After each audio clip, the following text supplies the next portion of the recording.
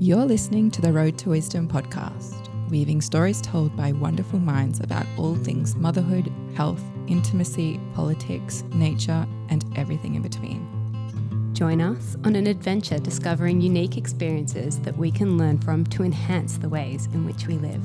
We are your hosts, Chloe and Keshia. Welcome everyone to the Road to Wisdom podcast. Today we have Christie Murray joining us.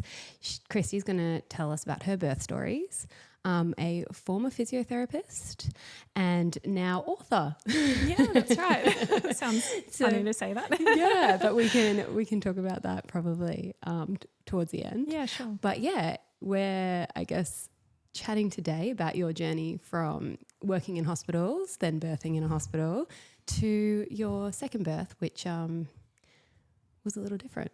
It was, yeah. Thanks for having me. It's good to have you here. Yeah. These are good stories, and I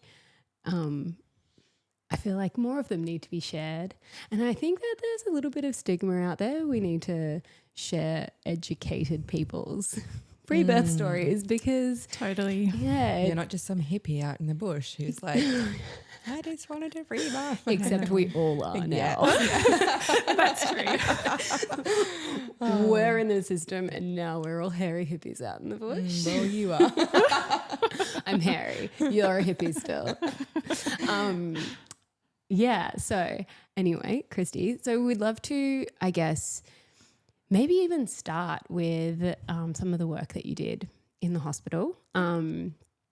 Yeah. And I guess, because were you working with postpartum women? Yeah, I was. So I was a physiotherapist for 11 years when I had my first baby in hospital. So it had been quite a while. And through those 11 years, I did work in like the private hospital system and the public hospital system and in private practice, both in Australia and Canada. So I'd done a bit of everything.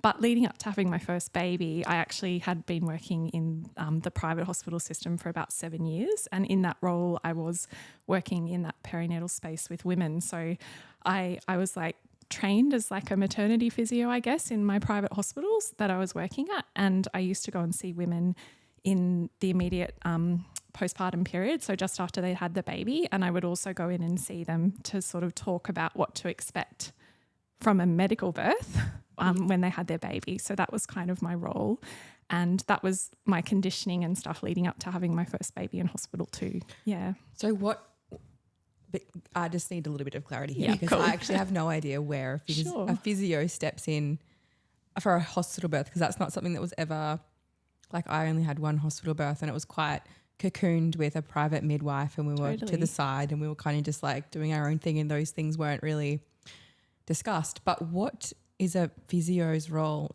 with someone who's just had a baby in hospital? Yeah, sure. Well, leading up to having a baby, it's more around education. So we'd be talking about the kinds of things to expect after having a baby, whether it was the kind of way they had a baby. So if they had a vaginal birth, then we'd be like, my training, I guess, being a private hospital, I honestly only ever saw a lot of instrumental vaginal births. So it would be like, these are some of the things that could happen to you. And then we talk about the different kinds of tearing and continence issues after having a baby. Prolapse. Yeah. And it would also be around your stomach. So if there was like a large stomach separation, that you might need some additional support after having the baby. That the stomach separation isn't from having the baby, it's just from growing the baby.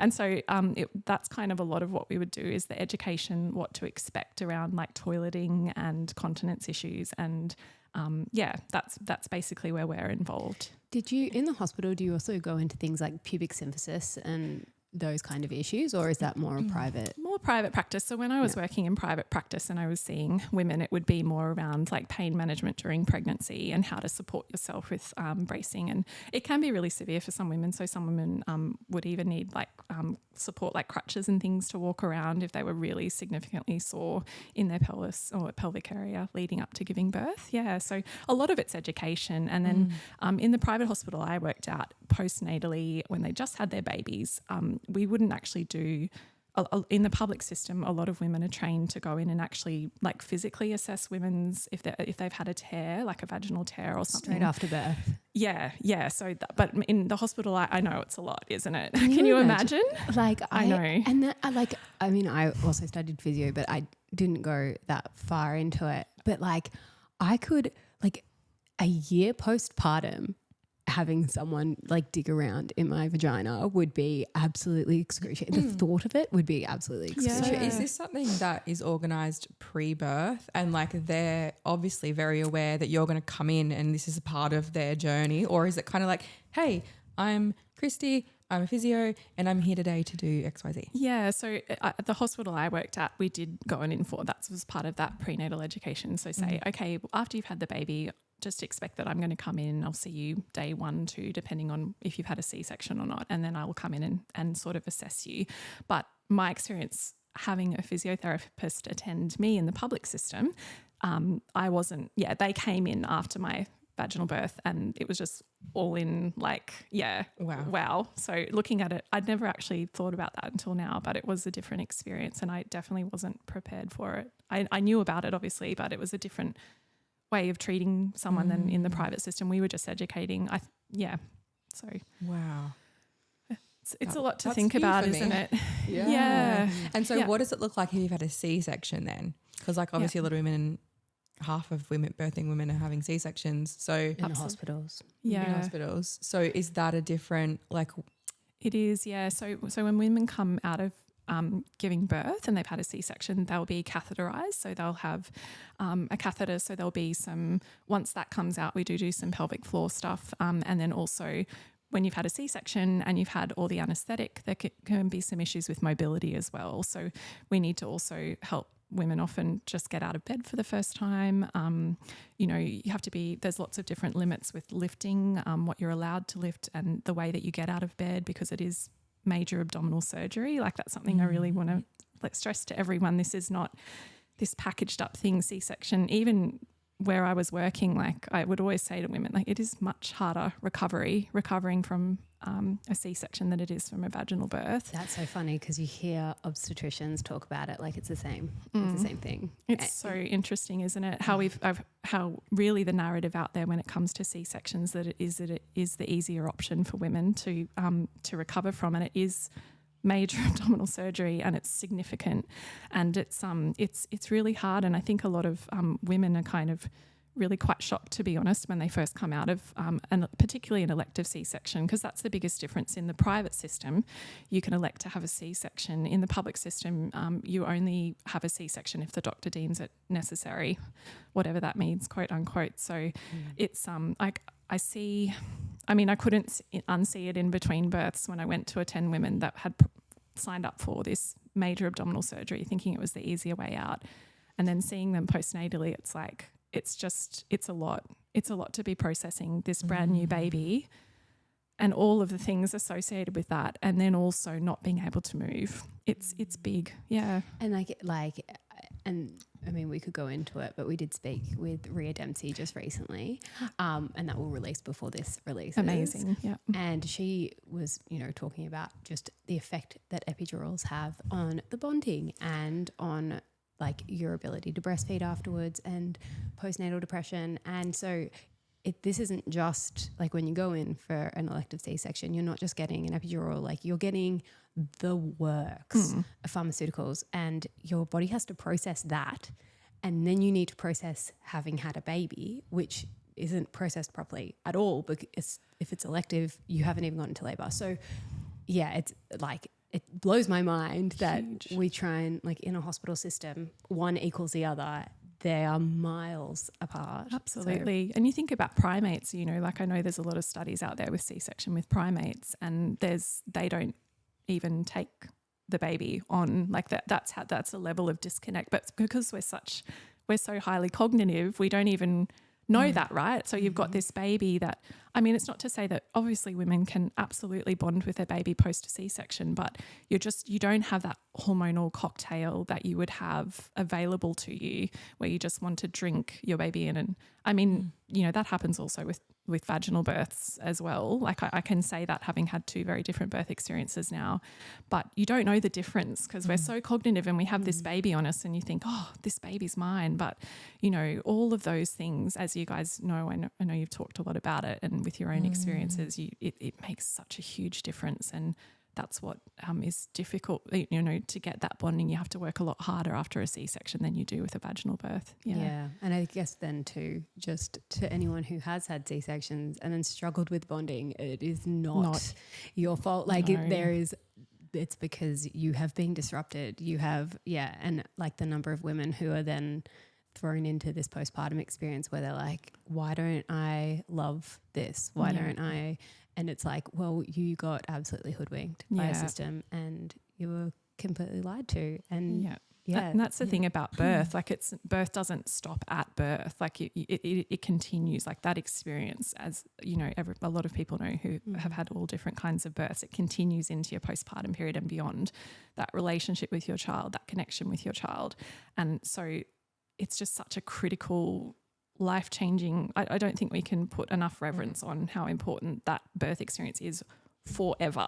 So, you know, if there's any way you can make that be the most beautiful, sacred, reverent, amazing experience possible, that does continue on for the rest of your life. And it is a lot of work it can be a lot of work. I shouldn't speak on behalf of everyone, but to really bring that connection back with your child when you haven't had that beautiful, natural, hormonal cocktail released that was meant to happen, that was divinely designed. 100%. Yeah. So obviously, like, you worked for 11 years in this system, both private and public. And was that whole 11 years working predominantly in the maternity? No, yeah. I worked across a lot of different areas actually. So it was a really nice breadth of experience, and I got to work in Canada for a while, which was a lot of fun. That was more on the slopes, like being a ski bum, like, you know, seeing all the injuries and having a great time. But I did also get to dabble in working with women postnatally, especially when I came back to Australia. So it was like it was a really nice breadth of experience to bring into my first birth experience. Yeah. It's interesting because, like, obviously you would have seen firsthand and but been there very close after an array of different types of births. And so you weren't a mother at that point. And then obviously when you became pregnant, did you feel like you would be going in a certain way, or were you just like, there are so many variables here, like I wonder what birth's going to be like for me? Did you just kind of, like how do you step into your own birth with such an, you know, like you've seen so much. And so much trauma. Yeah. You know, it's funny, like just to give you guys a picture of where my head was at when I went into that first birth experience, I was very mainstream sleepwalking through my life, I would say. Like I have a lot of grace for myself and a lot of grace for all women at any stage of their journey because of my own experience. And I honestly didn't know that there was any other way to birth other than in hospital. And I had so much faith in the system. Coming from a physiotherapy background, you know, you do get a lot of emphasis put on like evidence-based practice and informed consent. I never questioned anything because I worked in that system. I really thought I did all the things by the book. I just naively assumed that would be the way that it was across every sector of health in the hospital. So when I went into my first pregnancy, like I just thought that that's the only way you could birth was in hospital. I thought episiotomies were normal, instrumental births were normal. I didn't know women could birth any other way. Not even normal, but I guess people in that position think that hospital's up here. Like that's your safest, like the creme de la creme, like you are...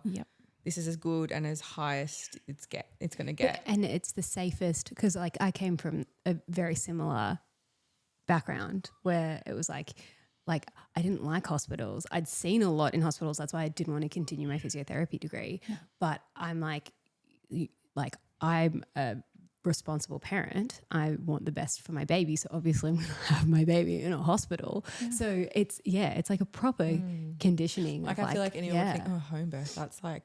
But it even like extends beyond that. So it's nearly like a money game. So even my conditioning at that point, and I didn't have private health, like we'd had a great time overseas and came back and we're trying to sort of reestablish ourselves. And I honestly thought I ended up birthing actually in a midwife group practice program through the public system. So that's actually one of the best models of care if you are choosing to birth in a public system outside of a birth centre. But I was actually like, oh, I can't birth with a private obstetrician because I don't have private health because I haven't been back long enough to get it. Isn't that crazy? Like that it is like, oh, well, the best way and the safest way. My conditioning was that the most expensive way. I mean, home births in Australia with a midwife are expensive, but I was disappointed, that version of me. I was like, isn't it a shame that I can't birth with a private obstetrician? Thank goodness. But I mean, not that I didn't all happen anyway with my first baby, but that's the conditioning, like pay the most amount of money, get someone. I mean, that was the conditioning of me and that version of me, you know. I think a lot of people would probably have the same belief system, to be completely honest. Like that seems like it's the highest ranked. But a lot of option. It's like a lot of it though is around just the fact that birth, leading up to your first birth, you actually don't know, a lot of women don't know anything about birth. Like a lot of people talk about that broken chain of wisdom where you go into your first birth experience. And if we lived in a village together, we would have attended multiple births by the time, you know, we were in our 20s. We would have seen birth. We would have attended postpartum women. We would have just, like, none of it would be this experience. And a lot of women now go into their first birth experience or pregnancy, and a lot of them are just coming off birth control and going in and just being like, I don't know how my body works. I don't even know how my cycles work. Oh, now I've got to try and fall pregnant, you know? And then they go into their first birth and it's like, I don't know anything about birth. And then it's the same in postpartum, like it extends into postpartum. I've never changed a nappy before until now. Yeah. So it's like this, the way that women have just lost this wisdom around something that is the most normal event that our body can do, you know, as you guys know from talking to Rhea and everyone. But it's such an early conditioning, you know, if you've never seen birth and I'm noticing now a lot in the way that I'm reading books to my children and I'm like, I never saw this conditioning before. It's like, when you get pregnant, these children's books, you go to the doctor straight away. And then the GP provides you with two options. Well, you're pregnant. What do you do? Like you guys have talked about before. Yeah. You go to the doctor or you go to an obstetrician, you go to a midwife. Yeah. That's all we know. So that women don't even know what's available to them. Yeah. Yeah.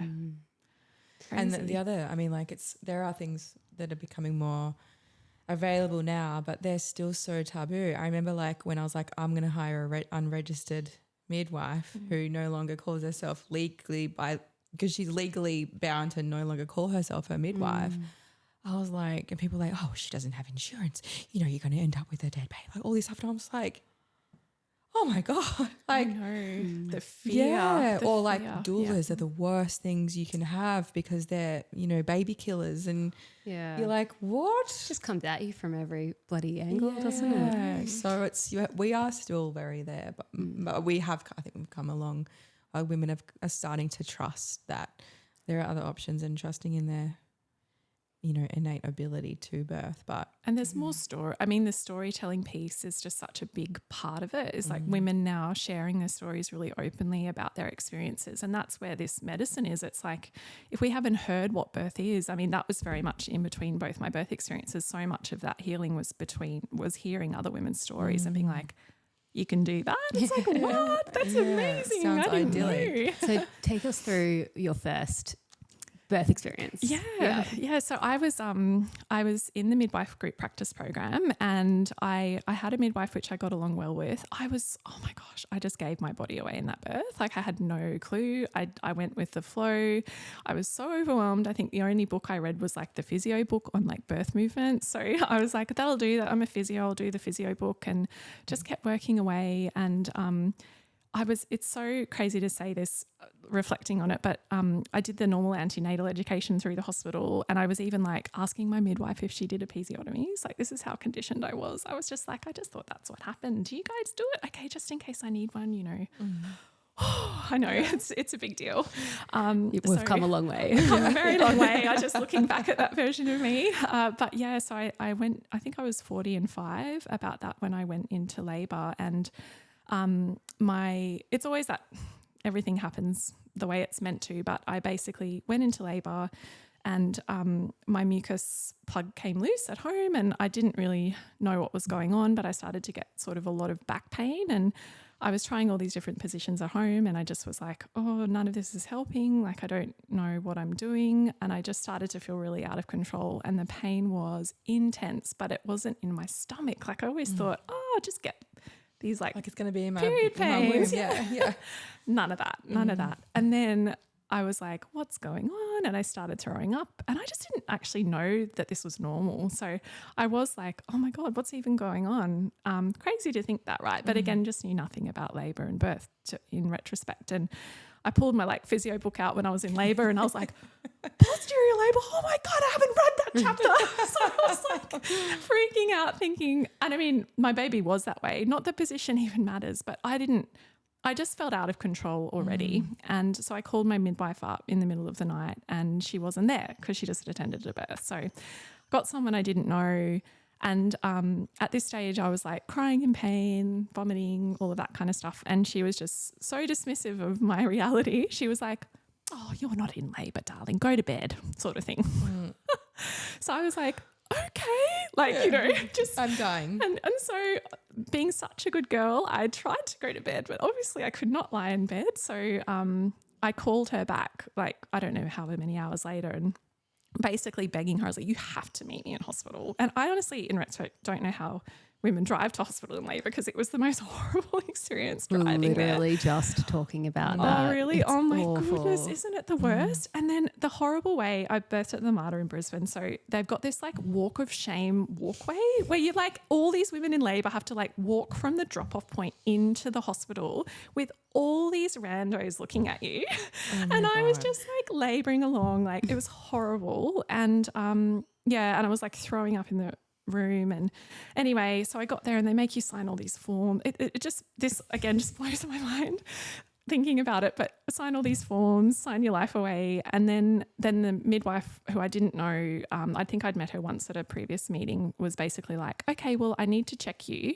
So no consent. I need to check you to see if we can admit you. So, and that, I'll never forget that first vaginal exam because it was just absolutely horrific. Like anyway, so I was 6 centimetres, so they let me in. Yay. Fun times. And it was that first part of the labour particularly was quite dark because I just, the midwife there, I now know she just didn't really want to have a huge amount to do with me. She was waiting for my midwife to come back on shift. So I was literally like, please, like, can you help me? Like, is there any positions I can get in? I was struggling and I would have been in full like fight or flight. So obviously not getting those beautiful hormonal cocktail that would have helped it be much less uncomfortable. And it was all back pain. So I was just struggling. And she was like, oh no, you're fine. And I was like, what do I do? Do I push? And she's like, no, you're fine. Just, like, again, just very like, you'll figure it out sort of thing. And just, it was just so intense. And I just felt like I wasn't being seen or supported or heard at all. Like it was just, I was trying to get some support and she wasn't really that interested. It felt like she wasn't interested in our experience at all. And then, and then she came in, I think I was really, really just in so much pain and exhausted by this stage. And I was like, look, I need an epidural. I can't do this anymore. I just can't do this. And she was like, oh, you'll be fine. Just, why don't you do this? Why don't you do that? Again, just really being quite dismissive of my experience. And she walked out of the room for ages. And I remember telling Zane, just go and, I didn't know a lot of the effects of epidural then. So I was like, just go and get her and bring her back in. And she's like, no, we can't give you an epidural because there's only one anaesthetist on and they're in a C-section at the moment. So, and I was just like, what? And then she eventually was like, okay, get up on the bed again. I'm going to do another vaginal exam. Again, there's just no informed consent. I'm going to do another vaginal exam. And I was apparently 9 centimetres and apparently my waters had broke, which they hadn't in the bath. And so she's like, oh, you can't have an epidural. And I just remember that being just this moment of just like, what am I going to do? And I was on the ground just like dying, basically. I felt like no one was there for me. No one was supporting me. And my other midwife actually came in then on shift. And just even though the rest of it there was a huge amount of intervention from that point, just the fact that I had someone with me emotionally a little bit more was actually a really big difference. It's hard to explain. I was telling a friend the difference between like sympathy and empathy. And in that moment, I was just like, I felt like I was in this like hole dying. And I had this midwife on top of the hole being like, "You're right, love. Yep. You're right. Yep. Okay."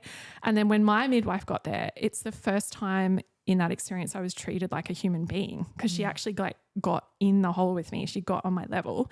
And it's like empathy, right? She like touched me and was like, "How you going?" Like, and I just had in that whole, like, I think it was like 11 hours by then. No one had even, I was just this thing being processed on a like, you know, conveyor belt. It was just, it was just like no one, it's like no one had even asked me that the whole time I'd been there. So, and that's obviously when all the cascade of interventions started to happen. So I was on hospital policy time then. So it was kind of like, it was pretty horrible. Like they'd, you know, the first step was like, "Oh, you've been labouring for too long. I have to call the obstetrician now." And then it was like, "I'm going to need to break your waters because they haven't actually broken." I'm like, "What? I just got told they were broken." Okay. So then I had an amniotomy, which is like an artificial rupture of the membranes, which is an informative induction. And then, you know, then I had meconium stained liquor, which is the baby's first poo. So when that happens, all these other hospital policies come in and it's like, we need to now monitor the baby. I was told they were putting clips in my baby's head, which are actually little corkscrews. Across my birthing experience, I had 13 vaginal exams across 5 different care providers. So pretty much gang raped by the hospital. And it was just an absolute shit show, to be honest. Like they had me up on the bed in stirrups. They put so many screws in my baby's head, which still makes me emotional because no one told me that's what it was. It was horrible. And oh shit, you're gonna set me off. And that's the stuff that plays out. People don't understand. Like, she still talks about, she just turned 5, and on her 5th birthday I showed her some birth photos and she just broke down for like 2 hours. She hasn't had a big release like this before. And she just said to me, like, "Mummy, why did they take me away? I wasn't ready. You were so warm and my head hurt." So people don't understand there's this somatic stuff that happens to babies. Yeah. And also the fact that they don't tell you that these clips are actually screws. Like if someone had said to me, like, why would you call it a fucking clip? I had no idea what these were until we spoke to Layla. Yeah. And I was like, what is it? Like, dude, I've like seen them and like I've seen like pictures of the infections and abscesses that can form on a baby's head. And they can go into there's cases where they go into eyes and things. But in the moment, they're literally like, "I'm just going to put a clip on your baby to measure their heart rate." And every time it's a clip, they're going, you've on your back in stirrups, they're sticking their hand into your vagina, finding the baby's head, screwing this screw into their head. And for my little darling, like it kept falling out. So they continued that. And then there was one stirrup that was broken and one leg was going one way. And it was just, you imagine trying to labour with all of this going on and all these different people coming in and trying to figure it out.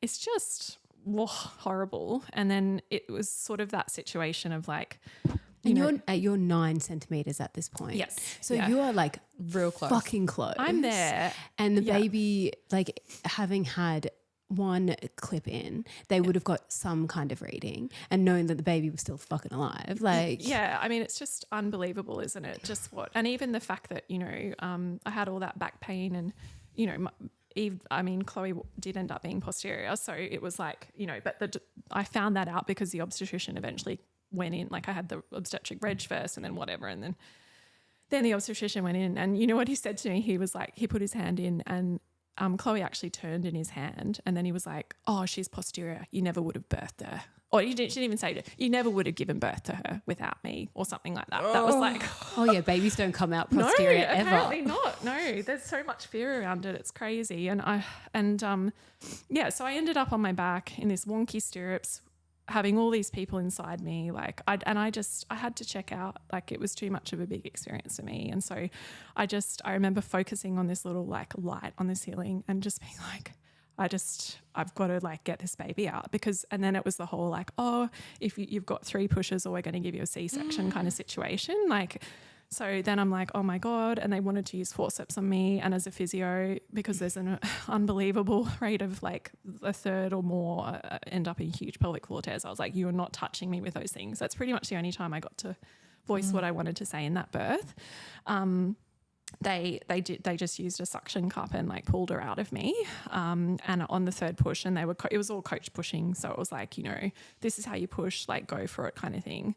And then like they pulled her out, cut her cord straight away, which everyone in the room knew I didn't want without asking me, and said to Zane, like, it's this celebration, like, oh, look, what gender, like, what is it? Like, it's a boy or a girl. And he's just like, and then put her on my chest. And then the nurse was like, I'm just going to inject your thigh so you don't hemorrhage.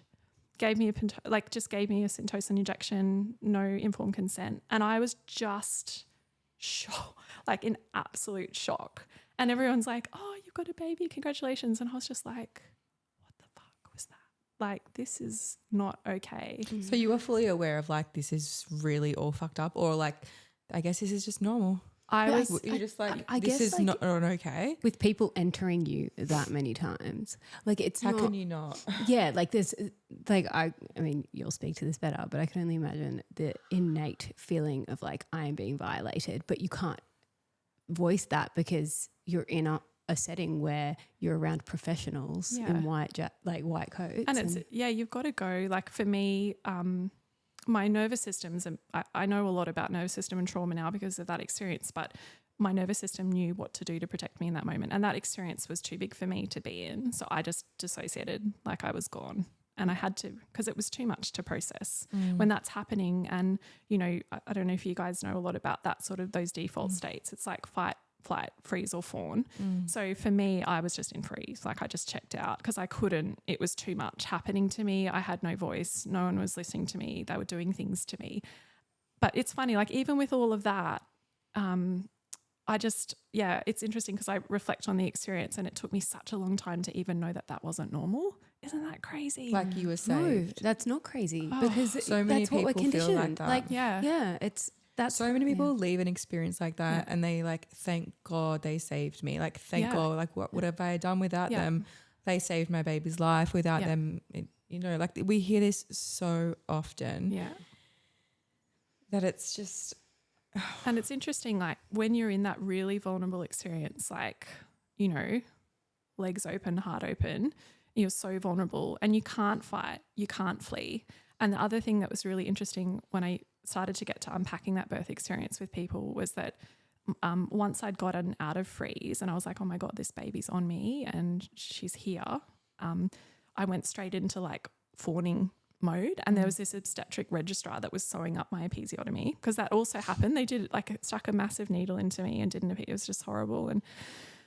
And Zane and I didn't know what was happening at the time. That's my husband. But we were like talking to this registrar like they were our best friend. We were like, we didn't even know Eve was there. We were just like, what's your name? Where did you go? Where did you work? Like, you know, and we both walked away going, that was so weird. Why were we talking to that lady so much? And I know now that was like very much a fawning response because you can imagine you've just given birth, you're very vulnerable, you can't do anything. Your nervous system's just been through, for me, the most horrible experience of my life. So it was like, which is a lot to hold to when you've got the best experience having this baby and the worst experience giving birth.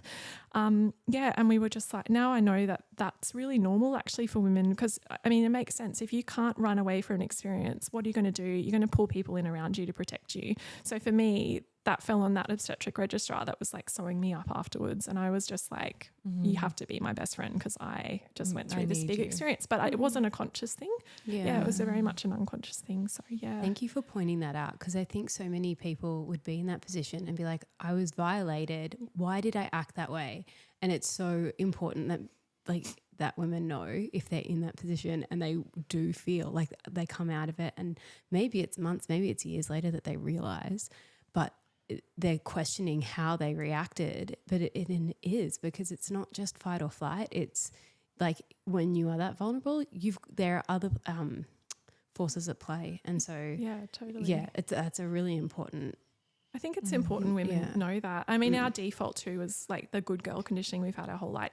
That actually is fawning as well, right? Yeah. So it's like, but it isn't. It is actually a really beautiful thing that your body's done for you. Like they're protecting you in that moment. They're doing the thing that was meant to do. So it's nothing to feel guilty about, and it's not even a conscious thing, but it is the thing that protects you in that moment. Yeah. Can I ask, when you were like you did start unpacking that experience, did you speak to Zane about it? How did he feel being present and seeing you in that position? Yeah, it's funny because he actually thought maybe that's what birth was as well, and I don't think he really realised how out of control it was and how much he was sort of really shafted to the side until we had our second baby.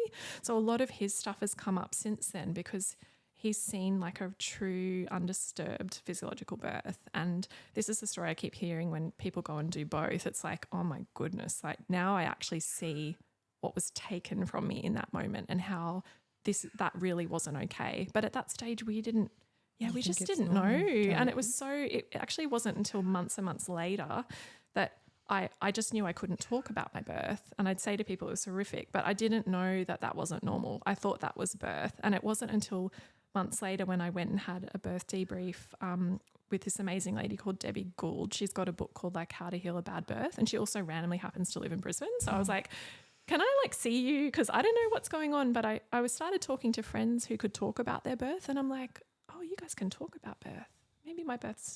Maybe there is something there. But I hadn't, that was it. That's all I knew because it was so normalised to me working in hospital. That was birth. I just thought that was horrible. But yeah, and it wasn't until I talked to her, it was the first time that I really came to understand a bit more about trauma with birth experiences, that it's not even just what happened to you. Like obviously there's a lot of intervention, a lot of abuse that happened to me in that process, but it was also how I felt in each experience. So that was what we did. We sort of worked through what actually happened and how I felt. And it was just, I didn't know until I talked to her that birth could be good.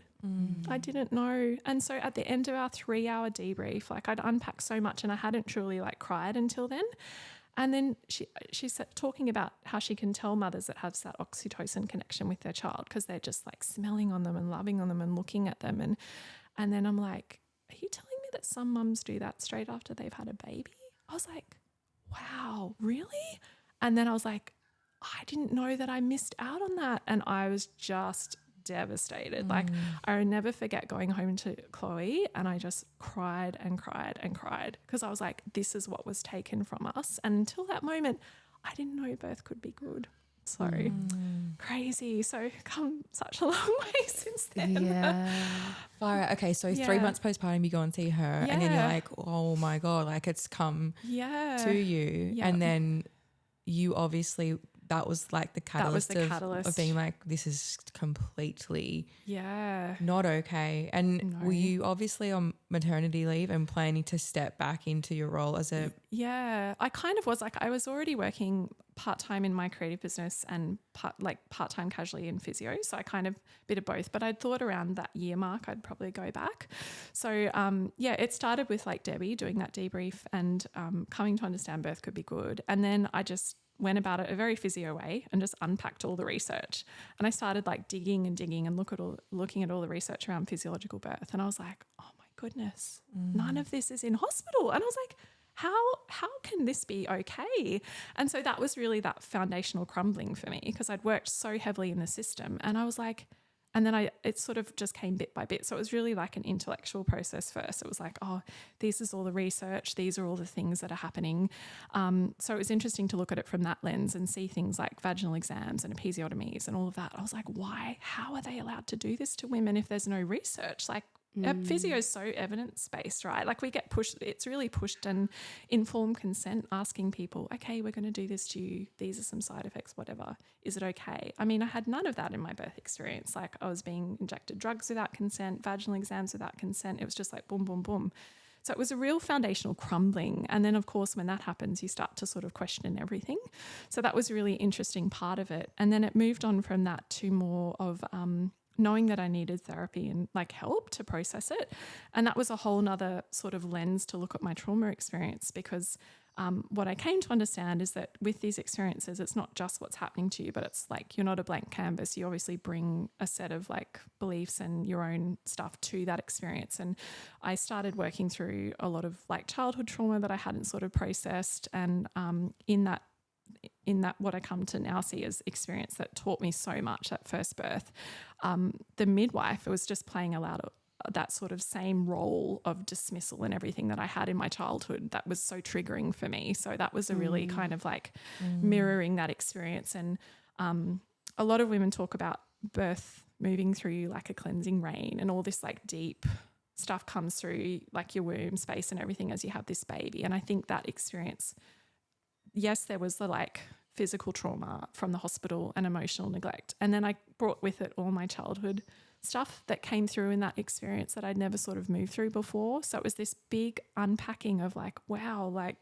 I didn't even know. So I didn't know I'd been living my life on autopilot. I didn't know that I'd been in that functional freeze a lot of my life. And my therapist actually taught me to like really physically feel again. So it was like a huge unpacking process, which was really amazing lens and figuring out, learning a lot about trauma. I was so interested in all that stuff. But so many women wouldn't get that experience because when I went to, the Mater has this like perinatal service where you can go up to 6 months after having a baby. And and I went there to try and get some help to start. And there was a triage doctor there, and they were basically like, are you having any PTSD? And I was like, well, no, because I wasn't at that stage. And they're like, oh, you're probably fine. You probably just need to make a complaint, and sent me on my way. So if I hadn't been educated, curious, I probably would not be here. I think I quite easily would have just signed up for a C-section and just gone, I don't want to do that again. Yeah. So, I just feel so grateful that I'm in the position I am. And I also feel for so many women that don't have, the support, the courage, everything, the money to actually pursue and unpack all of this. Yeah. I also wonder too, and God knows if this would be a thing, but when you have say you could get an epidural, like imagine how much easier it is to have all that done to you when you're completely numbed out. Yeah. And then you wouldn't actually have felt the trauma. And so you just go into the next one like, well, that was easy, because you don't feel anything. You don't feel the people coming in and out of you literally. Yeah. So any time they tried to put a clip on your girl, you wouldn't have felt it. You wouldn't have noticed. Yeah, absolutely. And I think that it just takes away so much of your ability to learn, and then take that into how to unpack your trauma, because the body would still hold that trauma. Absolutely. But if your head's completely disconnected from it, you would never get to heal it. So no, I always wonder about those kinds of things. And the amount of women that of course you would sign up for another C-section if you've been pushed away from the system that was like, gaslighting your experience. It's like, I've had this experience. You're like, well, if that's just birth, I'm not doing that again. I know so many people that's happened to. Yeah. Okay. So then going into falling pregnant a second time, had you already unpacked a lot of this? Yeah, I had. Okay. And so the final piece was really more around the somatics and really getting into my body and moving through that trauma in that way. So that was the third piece really of that in between. And I was talking to you guys before we started as well. I did go back into the hospital system, and I initially couldn't work in maternity because I was getting kind of anxiety stuff around that, obviously because of my experience, but I just couldn't unsee what was happening to women now. So I was just, now that I had all this knowledge and saw how the system just lacked so much evidence and was abusing women, and there was no informed consent, I just couldn't do it anymore. And I was also starting to see that connection working in the private system, where you did see lots of different kinds of elective female surgeries, that I was seeing these women that would come in for an elective C-section. I'd see them 2-3 years later coming in to get an elective hysterectomy, and then they would come in, however many years later, and be having issues with their weight and get lap band surgery. And it's like, oh my God, this conveyor belt continues. And once you give your power away in birth and rely on an external authority, you do that, you continue to do that. So it kind of got a bit too much for me, and I pulled away just when all the lockdowns were happening, I just was like, I think it's time. We really wanted to call in this next baby. And at that stage, in between, there was also like a huge amount of story medicine through podcasts. So I was just like binging on podcasts.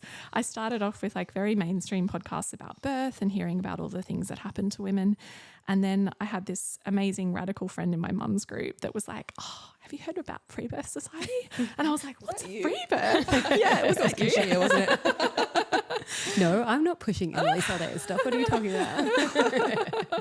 But no, it's funny because she dropped that in, and she'd had a planned home birth that ended in a C-section, but she was planning a second home birth with midwives. And I was like, what even is that? And I started listening to these women's stories alongside other podcasts, and I was like, oh my God, like what? What are these women doing? And it taught me so much. Like I might have done all that research, but nothing taught me as much as hearing other women's stories about how they birthed and where they came from. And I just like binged on it. And I was just like, wow. But I was also that person that was like, there is no way I'm going to free birth. No way. Yeah. Like everyone says no way. Like I'm like such a good girl. I'm 38 or whatever I was at the time. I'm a geriatric mom. You know, like even though I've stepped away from the system now, there's no way that that's going to happen to me. But at the same time, I'd also cultivated like a great group of friends that I could share that information with them if I wanted to do it. And actually there was a really pivotal experience that kind of makes sense with everything I've talked about until now, where I was desperately trying to get some help with my 3-year-old in a care setting because she, like I said, that birth experience played out with a lot of like separation anxiety from me, and she never slept, and it was a really hard 3 years. And I tried a care option, and I was in a vulnerable situation where they were really trying to get me to separate from her, but I wasn't ready. And that birth imprint played out again. And basically I was allowed myself to be shut. I went into that freeze again, and my good girl kicked in, and I got like ushered away into another room while she was like dragged away from me screaming and pinned to the ground. And I let it happen. And it's hard. Like it's hard. And I remember sitting in this room going, oh my God, like I've done all this work and I still let that happen. But that's what led to my free birth, because in that moment I was like, wow, this conditioning runs so deep. I just let my baby get dragged away from me in a vulnerable position. I'm like, imagine when I'm in the most vulnerable position again, birthing my baby. And it was just like straight away I was like, I'm going to free birth my next baby. And I was like, what? I was like, did I just say that to myself? I know. It sounds like your daughter is like, has you on a lead from conception and was just like, we're going to go for a big walk together. And I'm not going to take you off until you've got this shit You've under got control. some lessons to learn, Mum. She did. And, you know, that is her. Like, she is so fiery. And just from the moment she's born, I always reflect back, like, if she had slept well, would I be here now? No. Like if she just continues to take me on this journey. And I don't know if you guys know like Jane Hardwick Collins' work, but she talks about, you know, we're desperately have the birth. Jane, come on. I know you're busy. Come on. It's like, you know, the whole like you have the birth you need to be the mother that child needs. And so Chloe just takes me, Chloe, right? The fiery Chloe's takes me on this journey. And I obviously pulled her out straight away after that experience, but that was definitely my next babe being like, hey, you know, Mum, we're going to do things a bit differently. Like, and we just fell pregnant not too long after that. And I was like, oh my God. And I talked to my husband about it, and he's like, so what's this we're doing? You know, like he's pretty, And I'm like, so, you know, all those podcasts I've been listening to for years. I'm like, I think I'm just going to free birth this baby. And he's like, well, what does that mean? Like, and I explained it to him. You're my midwife. Yeah, pretty much. Means that you holding this shit down. Yeah, pretty much. And luckily he was like, yeah, let's do it. You know, like he was just 100% on board because he'd been on this learning journey with me. Yeah. So, and I knew there's an amazing birth keeper that I knew I wanted to work with because I had other friends work with her. And so I literally, I was so aware of my body at that stage. I already knew, like I had the implantation bleed. I was like, yes, on, like, let's go. And I literally like messaged her and I was like, so how early is too early to book you in? Like, I was like, can we like chat? We Just already had my knew. implantation bleeding. I'm Pretty on. much. I'm like, I'm on. It's on. We're about 2 or 3 weeks in. So. Yeah, totally. I was like, is that too early? But I was just excited to have another experience. And I knew that I had to fiercely protect my birth space, like so much, because I knew that in a moment of vulnerability that someone could sweep in and I would go straight back to that fawning. So I was like, no one's going to be at my birth. I'm just going to, but I'm not going to tell anyone that because I'm protected. I mean, I told people that I trusted, and it was surprising actually. I just really went with my instincts on who I chose. But to a lot of people, even home birth's a bit out there, so they don't know what to ask. They kind of go, oh, okay, that's a bit. I would never do that because I got saved by my. I'm just like, but I was so fierce in my knowledge and learning, and I was just like, nothing could shake me. Like no one could put fear on me. And one great thing that when I was doing therapy, my therapist said, like, when people throw things at you, just let it fall at your feet. So if anyone ever threw fear at me, I just have that visual. I'm like, it's not my fear. You're just putting your stuff on me. But, no one kind of did. Maybe I just had that energy because I didn't, I was really open to doing whatever in that pregnancy. Like I didn't have an agenda. At the start, interestingly, I had an experience where I still had some conditioning around, I can't do this on my own. So I actually like sought out an amazing naturopath, and I was like, what prenatal vitamins do I need? What do I need to have?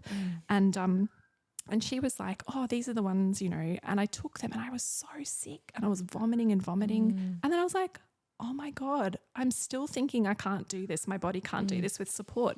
And so I stopped them and my nausea was just 1,000,000% better. So isn't it funny, even though you've got that conditioning, like my body can't do this, it just runs so deep. So I just transferred it to a natural thing. It's not to say that women can't get support, but it's like, it's got to be on your terms. So I was like, so I really went through my pregnancy being like that. If I need a blood test, I'll go and get one. I didn't feel like I needed it. I felt great. I wasn't in the system. So no one was putting anything on me. I was just like having a great time. Like, I mean, I was sick. So did you have antenatal, like, did you have scans or anything? No, I did nothing. Oh my God, this is so cool. You because wild you went pregnancy. I know, look at me. Go you. Well, it's just like usually like people will take it in increments. They're like, okay, my next birth I might just hire a midwife and be at home. But you were just like, fuck that all. Like, see ya. And just went like totally like rogue, from one extreme to what people would call another extreme. But I also thought like amazing. this might be my last birth experience in my life. And I'm like, I want it all. Like I want it all. And I also want it to be on my terms. So like if I wanted to get a scan, I would get a scan. Like if I wanted to have blood tests, I'd go and get blood tests. Like but it just happened so easily. And it was just like blissful pregnancy. I'd see my birth keeper. We would move through stuff, but I think I'd done so much work leading up to it. And I really trusted that things would come up when it was meant to. I didn't want to force any healing or anything. Like I was just like, no, I just trust that it'll come up if it's meant to.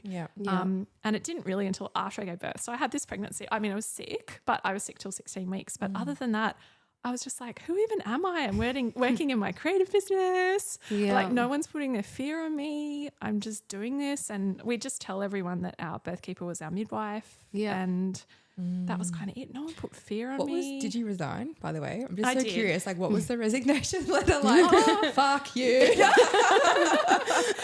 Pretty much. No. Yeah. I can't be part of your shit. Like, no, it's interesting. It was just, it did come down to the mandates eventually. So I just knew that was a really big deal for me too, because I hadn't ever said no before. But I just, every inch of me knew that this wasn't the right decision for me wanting to have a baby.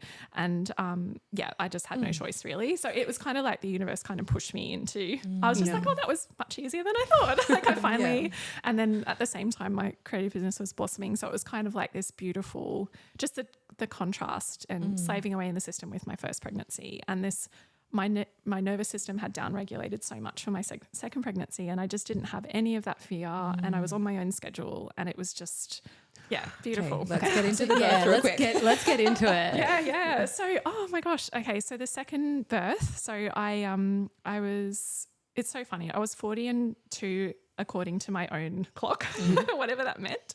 I kind of like to know the days though, which was fine.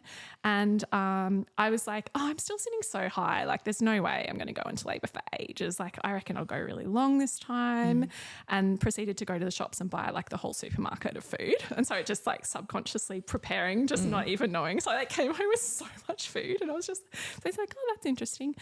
And then I went to bed and I had like 3 servings of dinner, which never happens. And I was like, yeah, no, I'm just going to go to bed, you know. And along the way, I'd done a lot of like preparation with my daughter because I really wanted to normalise her birth imprint. I wanted her to be there if it was meant to be.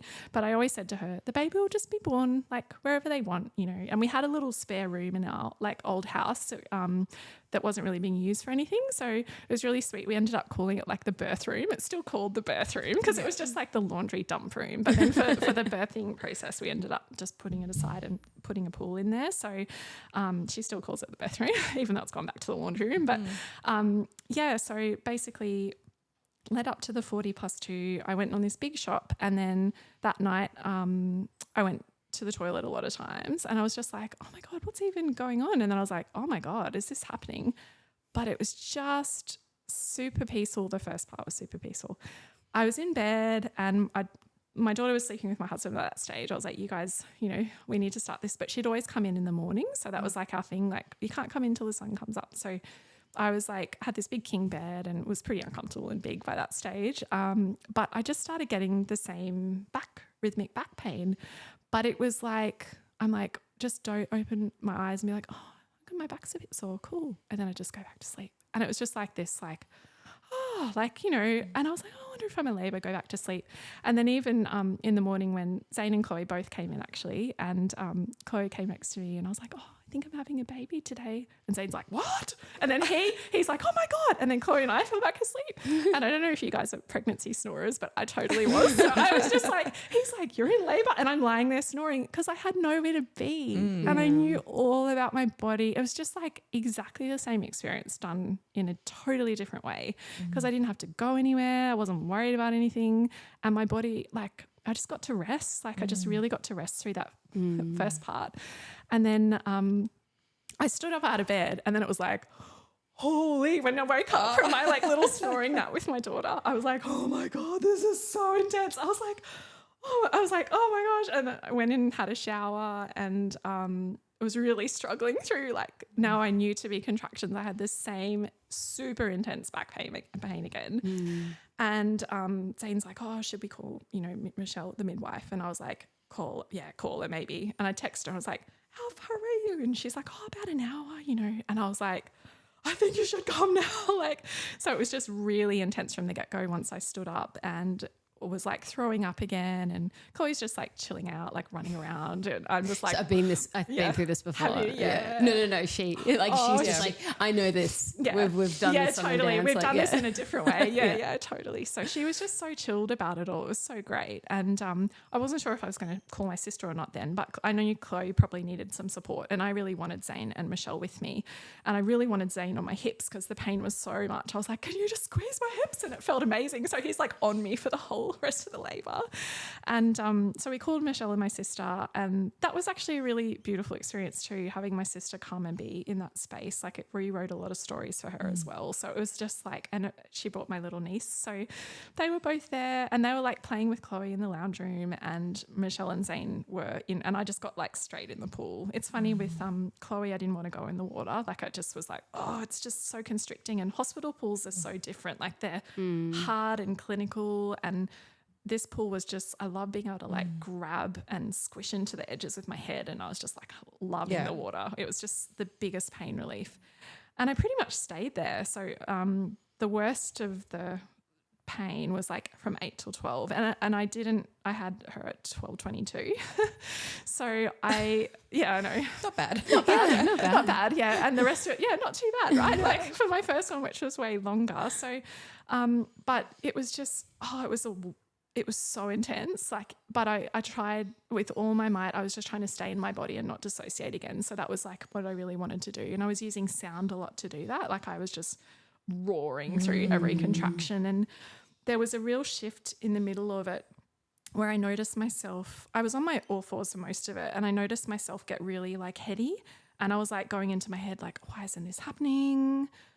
Maybe I'm not moving my legs. And I started like moving differently. And I was just like, oh, what is going on? And I'm just meanwhile dying. And at the time I wasn't like, oh, my ancestors are here. I was like, I know why people got an epidural at this point. It was just this unbelievable back pain. Like I was getting ripped apart. But my birth keeper talks a lot about like women dancing around the flames and like not like stepping into them. And I think that's what was happening in that moment. And I remember rolling off my back and just like in between waves. And I just said to her, I was like, she was just amazing. And I was like, oh, I'm stuck. And I'm like, my baby's not stuck. I'm stuck. And I was just off in labor land at this stage, like, you know. And this is something I just want to share because I think it's really important. What she did in that moment of vulnerability, instead of her ego stepping in and taking away that power from me when I was like, I'm stuck, you know, not my baby, me, I'm stuck. And she reflected so beautifully back to me. She's like, what do you need to let go of to have this baby? You know, just mirroring that power back to me. Like, and that's why it's so important to have the right people in your birth space, because someone could have gone, let's try this position, let's try this position. She was like, what do you need to let go of, to have this baby? And I had another surge, and then I realized that I was still not feeling safe. Like that was all that kind of like trauma from my first birth, and probably a big lineage of it, to be honest. And it just came out of me. I was just like, I am safe, my baby's safe. And then emotional thinking about it, she started chanting it with my husband, and they were both like, you're safe, your baby's safe. Oh my God, I'm getting emotional too. Yeah, and then I just was literally, everything was different, and I just was like on all fours, and I was like, nobody touch me. And and then I didn't push at all. My beautiful babe was crowning, and it was the best feeling in the world. And you're like, it's here. And I was also like, oh, it's head first. It's a baby, and the sac was still intact. So I was, because I didn't know any of those things. I had no scans. I knew she was fine. I was just like, so I reached down. I was like, this is amazing. Like also because you're here, and like, thank goodness you're here. Yeah. And I just was like, oh my God. And then there was this like really beautiful void in between, like feeling a little bit of a head. And at the time I was so out of it, I was like, is there enough water in the pool? Because I had this image of her like being half in, half out of the water. Meanwhile, her head's basically not even out. Yeah. But I was just like, oh, and but I knew she was nearly there. It was just the best feeling. Like a lot of people say they do that a million times, that part of their birth. And then, basically they were saying like, you're safe, your baby's safe. There was this beautiful void where there was like, no one talking. I was just breathing. And then it was just like, and she just like shot out of me, fetal ejection reflex. I had no control. It is literally like a reverse vomit, like they talk about. But no one was there forcing me to push. I was just like waiting. I knew she was fine. And she kind of came out in a sack, which was super cool. Like it was kind of all burst at the same time. It was just like this big like, and my husband like fed her through my legs, and I picked her up onto my chest, and she had all this like sticky sack on her face, and I was just like taking it off. And then I didn't realize actually until later she wasn't even in her body yet. Like, but I knew she was there because she kind of looked at me and blinked at me, and I've got this like amazing still of us seeing each other for the first time. And I was just straight into like mama bear mode. Like I was just, everything was so instinctual. Like I was pulling sack off her face. I went and like sat up later, and then my daughter's like, oh my God, it's a girl. And I was like, really? Like, so she saw before we did. And it was probably like I look back at video because I never would have known this, but probably took her about a minute to have her first breath. But there was no fear in the room. She was attached to a placenta. She was 100% there. I never even was like, oh, that's not a thing. I forgot until recently with some other stuff that's happened. And it was just so awesome. And then I've got the like footage of her taking her first breath on her own terms, and it is amazing. And it's just like, we get to do that soon. It's really amazing. It's the most amazing thing. And I had to replay it so many times in my postpartum because I was like, you did this, like this is on you. So it was just amazing. And then my like sister came in. I was like, get Joya, because I was just like so excited. And yeah, so that was like one amazing, like the most amazing experience and part of it.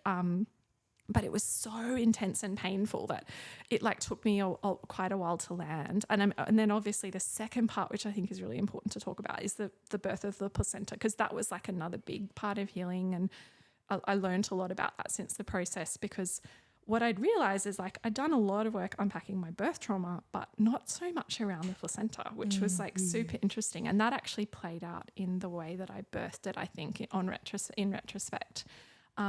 Because even in the free birth community, there is like a lot of stigma around, like, we trust women to birth their babies, but maybe with their placenta they need a bit of guidance and remembering, like, hurry up now, you know.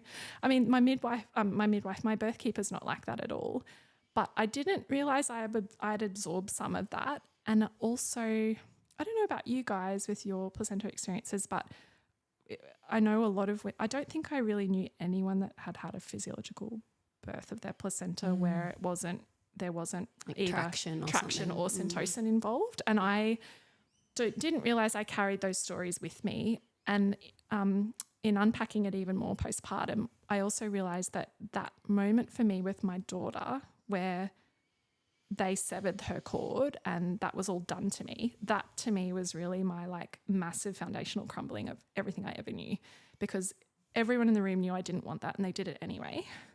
And then it was just like, then I was injected drugs without consent. Then it was, I'm just pulling this out of you. It was just like so much that was still there to be moved through. And I think that everything comes up when it's the right time. And for me, the right time was when I was trying to birth Eve's placenta, I think in retrospect. And it's funny because I felt a lot of like heaviness and, but it just took a while, and I was realizing, I was like, oh, there was a lot there to move through and I didn't know why or what was there. But it was a new thing for me. And around like, but I had everyone in the space trusted the placenta birth. So I think it was about like 4 hours after I gave birth, I was like, man, I'm so uncomfortable. Like, you know, and I was on all fours and I had Eve on me and I just really wanted to be with her. Like, I was just like, I really want to be with you. Like, I want you with me. And then it was literally like an exploratory thing. I was just like, oh, where even is this placenta? And it was literally right there, like right there. And I checked in with myself and I was like, do you want some help? You know? And it was just like a yes. And I was like, okay. And it literally was like, boop, into my hand. And that was it, you know, which might not sound like a lot. But what I've realized since then was that, and we did a cord burning ceremony with Eve, was that, again, a lot of that, like, there was still a lot of stuff to work through with the way that placenta was born. And even when we did the cord burning ceremony with Eve, like, she wasn't ready to be apart from it yet. And I can say that because at the time it felt like the right thing to do. But I was really moving through things because I just wanted her with me. And I was like, actually what I wanted now, which isn't easy to look at, was I wanted everyone to leave us alone and get out of the room. But I didn't know how to say that. And so I went back into that like people pleasing, good girl conditioning. And I was like, I think the easiest way out was for me to cut this cord and like everyone go. I could have just said like, can you just get out Yeah. like, and leave us? And can we just like, because Eve cried the whole way through the cord burning. And I was like so emotional because I was just like, what is wrong? Like, what, like, and she just wasn't ready. Like, I don't know if you guys have read a lot about placenta stuff, but it's really fascinating. Like all that, is it Robin that does that placenta chakra stuff? But anyway, it's like the connection between the baby and placenta. And I didn't realize that. But then after we did that, I was feeling like so open and like I could feel the whole world and I wasn't sure what was going on. And it is a huge experience, like giving birth. And this is the thing, like, I think this is where you really need a wise woman to come in, not for everyone, but it's like you need someone to witness you, right, in that immediate postpartum and really hold the immensity of what you've done. Like I think Kimberly Ann Johnson talks about it, like you've had this peak experience and you go and climb this massive mountain and then you finish it and then someone goes, how'd you go? Did you get, you know, that's it. Like, but instead of being like, oh my God, you did it. Like you climbed that, you know. And Michelle did that for me a couple of days after giving birth. And I was saying to her, I'm like, I'm just the placenta thing. Like what is going on? Like I'm feeling it. I'm like, did I just do what other people did to me by tractioning it out. Like I was really getting in my head, and I was like, no, in the moment it really felt like the right thing to do for me, you know. But then we unpacked it more, and we unpacked like that connection to my first birth, and I was like, oh, of course, like that was that severance, like when the cord got cut without consent. And the placenta, people forget it's attached to you, you know, like it's you're so connected to it. And then I also realized like, oh my God, I've never even seen a physiological placenta birth ever on Instagram or anything. And I was like, oh, that's just this other mystical thing to me. Like no one I know has done it. I've never seen it before. Again, it's not, I just didn't know that I was carrying that conditioning with me. And you know, it is what it is, and it brought through a lot of healing for us. And then what we did 2 days later is it just happened really naturally. Like we just got the placenta out, and we were just like, she's showing me it. I didn't see my first one at all with Chloe, and we were like looking at it and looking at the tree, and I was like, oh my God, this is amazing. And like Chloe was really interested in it, and it was wild. Like it was wild because I don't know. This is just what happened, but I had a huge amount of like hemorrhoids from having Eve because she just shot out of me. And the peace I felt after even just like looking at this placenta, and we put like flowers on it and froze it because we're like, I don't know what we're going to do yet. I still have one in my freezer. Oh, do you? There you go. Dude, I need to get rid of it before this next baby. I'm like, we can't do 2 placentas in the freezer. Yeah, totally. They take up so much space. Yeah. Oh, yeah. Oh my God. But yeah, no, it was interesting because we did this just really, it ended up being like a natural kind of exploration ceremony of this placenta. And then, and I felt so much more peaceful and grounded. It's like I finally landed. And I just never forget writing to my birth keeper because I was like, I went to the toilet and I was like, oh my God, I have no hemorrhoids anymore. They've gone. Oh my God, are you into GNM? When you leave here, please start looking into German new medicine and hemorrhoids. Really? Oh my God, really? I'll definitely have to do that. Yeah. Because it was like, I was like, that was magic. Like what even happened? They're just gone, like straight after you acknowledged boom. that. Yeah, that was it. Done. Dude, yeah, I know. This one's like really trying to get me in there, and I'm really? so 1 foot in, 1 foot out. Yeah. But It's like anything new, That's right? amazing. Like that is incredible to hear actually. And you just feel like the postpartum's so different as well because you feel like I just felt everything for every mum. I was so open and vulnerable. Like I was just like, because I felt safe to be and I didn't have to go anywhere. It was just like amazing. And it was just... Was your birth keeper Michelle Palacio? Yeah. Yeah. I thought so. We also just interviewed her. So Did you? Yeah. Oh, I didn't even know that. Yeah, there you go. She's like, she's amazing. She's like a unicorn birth keeper. She is. Yeah. And it's funny because she's like, she has a fierce online presence, but I can't tell you how much skill it takes to really hold space and be with women. It's never about her and it's so loving and it's not ever about her. Even if she do something different, it's like, I'm just here to hold space. Yeah. And that takes a lot of skill to get rid of that ego. And that's, that's the thing. And to not save you. Like, I think she's just so good at not coming in and being that I'm going to save you from your, like she lets you actually have the full initiation of birth. Whatever that is, because we're all here for different reasons, and it's not about one thing being right for the other. It's just about centering the woman. Even if they want to go to hospital and with whatever's going on in their life, that's the safest option for them. That's amazing. But we need to stop censoring women and we need to center them, like in their birth experience. Yeah. Oh. What an incredible journey. I cannot believe that you went from the 2 extremes.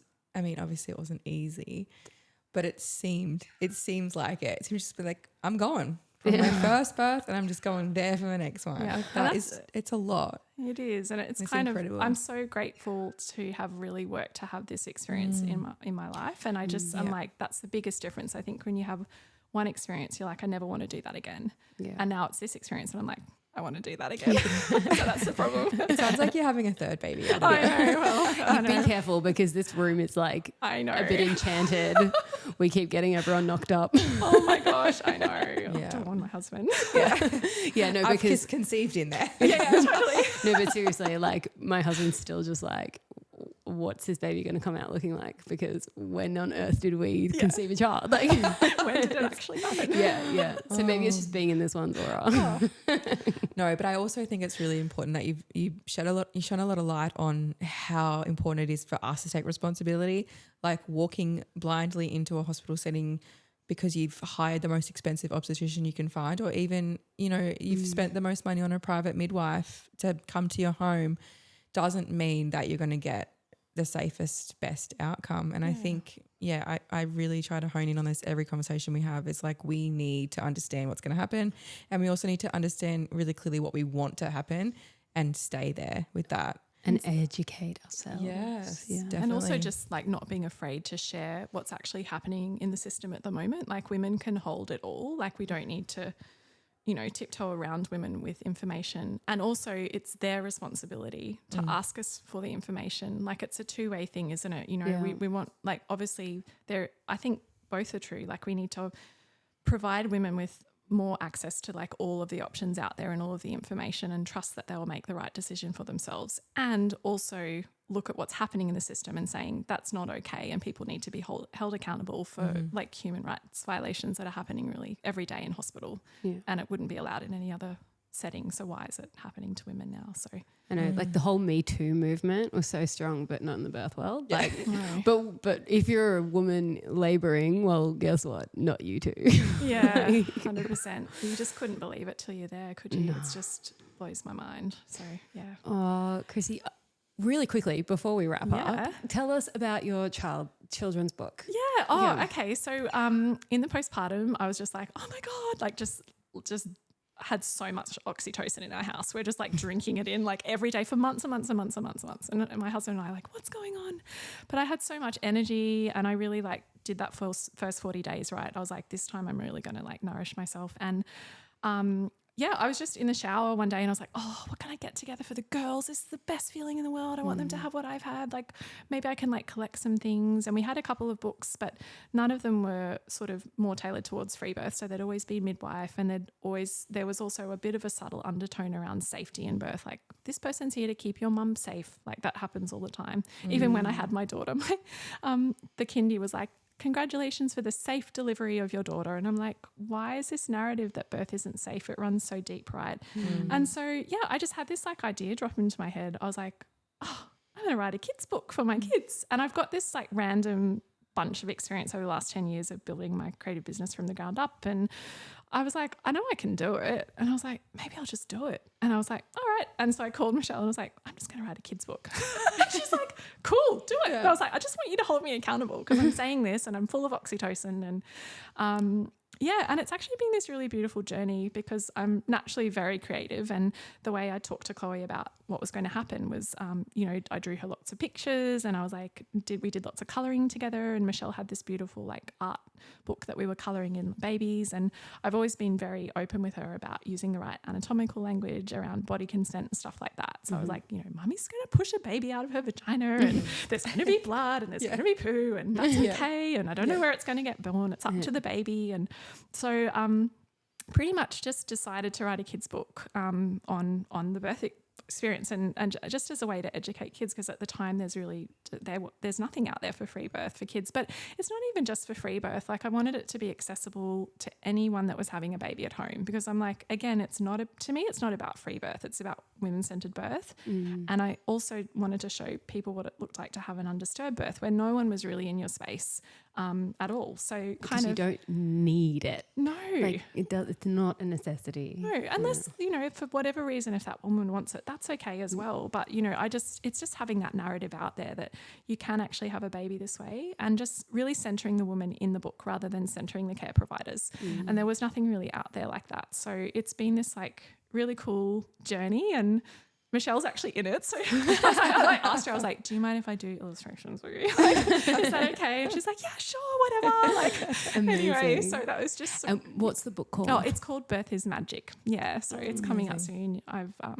I'll send you guys copies. They haven't arrived yet, but yeah, it's nice to have like just a narrative out there that's just normalizes undisturbed women-centered birth. That's something I'm so passionate about now. So yeah, it's really exciting. Yeah. So do you think you'll step into like your physio work, but a different layer for like undisturbed birth? who knows what the future holds. You know, I've always been super duper creative, and I think that's really where my heart lies. But I mean, how cool that I've been able to fuse all of that knowledge from 16 years of being a physio into like something like this. And I was never really called to step into like birth space with doula stuff or anything, but in a way this is kind of like my little creative activism to the movement of just like normalizing birth for women and bringing like a birth story like that into their children's narrative so that they've got a book they can reach for that doesn't have fear in it.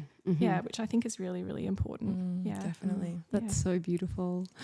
Christie, thank you so much for coming on and sharing your story and journey with us, because it's necessary, it's needed, and I love hearing birth stories.